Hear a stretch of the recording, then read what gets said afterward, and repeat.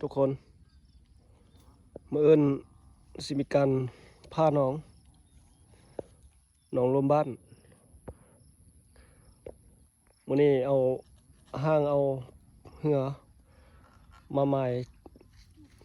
ไว้เดี๋ยวมื้ออื่นเราพอกันปลาในบ่อนดีๆทุกคนพุ่นน่ะปลาบ่อนมาหลายเราท่าติดตามชมกันทุกคนมื้ออื่นพิกัดบ้านน้ำมนต์เด้อหลัก19แถวสนามกีฬา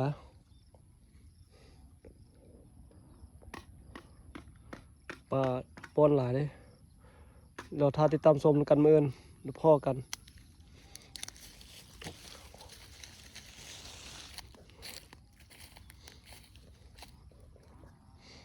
โอเค